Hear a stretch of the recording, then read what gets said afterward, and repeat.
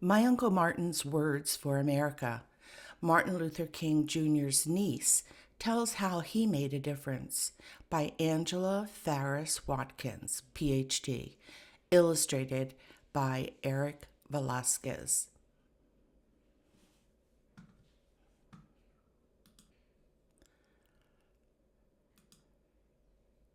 Hi, my name is Angela. I want to tell you how my Uncle Martin used the power of words to help make America better. Before America elected its first African American president, or the first African American woman ran for president, or an African American was appointed as a Supreme Court judge,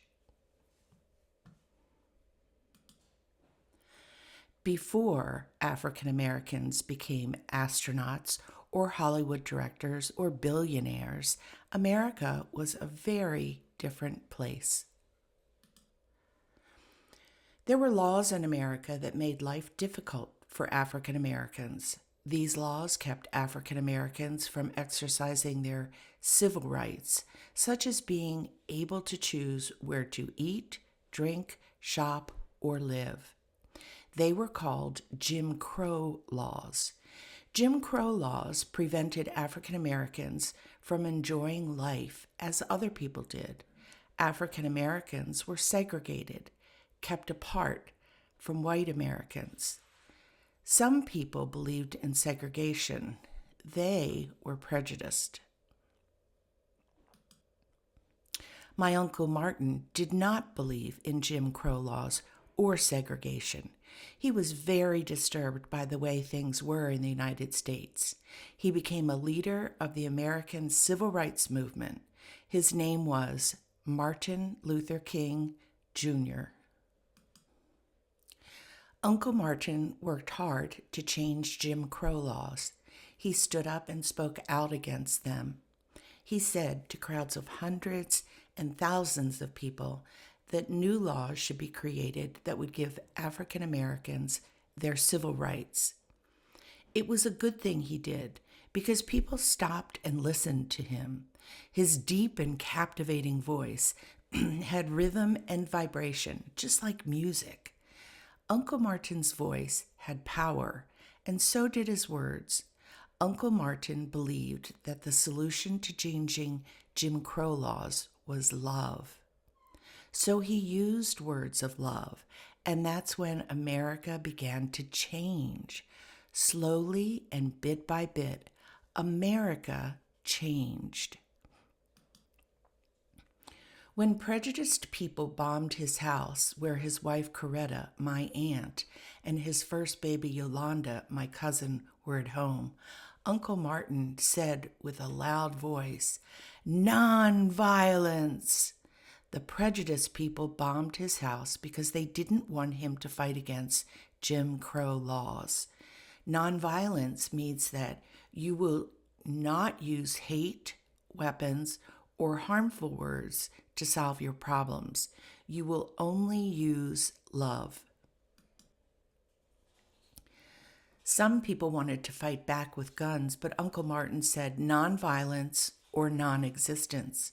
By this, he meant that only love would solve problems. Violence would result in people hurting one another, and some might die. When Uncle Martin used the word nonviolence, people listened, and things began to change. The people who wanted to fight back with violence put away their guns and words of hate. They listened to Uncle Martin talk about how much more powerful love is. He showed them how unconditional love would give them the power to change things. Uncle Martin cried out, "Justice!" in Montgomery, Alabama, where African Americans were forced to sit in the back of city buses or stand and give their seats to white Americans if the bus was crowded. Uncle Martin said, "Let justice roll down like waters." He meant that everyone should be treated fairly. When Uncle Martin used the word justice, people listened and things changed. African Americans boycotted the bus company. They stopped riding the buses. Uncle Martin's words of love gave them courage, and for 381 days, African Americans walked or rode in carpools. Then the rules on the city buses changed. The United States Supreme Court ruled that segregation on buses was against the law. African Americans and all Americans could sit wherever they wanted to. Uncle Martin called out for freedom in a public letter he wrote from a jail cell in Birmingham, Alabama. "We will win our freedom," he wrote when he was arrested for trying to change the laws in Birmingham. These laws kept African Americans from using the same water fountains as white Americans, or eating in the same restaurants, or using the same restrooms. Freedom means that people are not controlled by other people or unfair rules. Uncle Martin's letter became known as the Letter from Birmingham Jail. It contained almost 7,000 words. It was a very long letter. When Uncle Martin used the word freedom, people listened and things changed. People started to march in the streets to show that they wanted change. Even though angry police dogs and water hoses were turned on them, they kept marching. Uncle Martin's words of love gave them the strength to keep going. They sang, "We shall overcome." They kept on marching until the Supreme Court of the United States said that Birmingham's segregation of African Americans was against the law.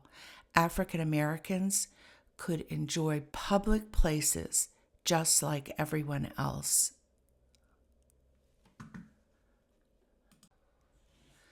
Uncle Martin spoke of brotherhood to thousands of people at the Lincoln Memorial in Washington, D.C., when he delivered his famous "I Have a Dream" speech.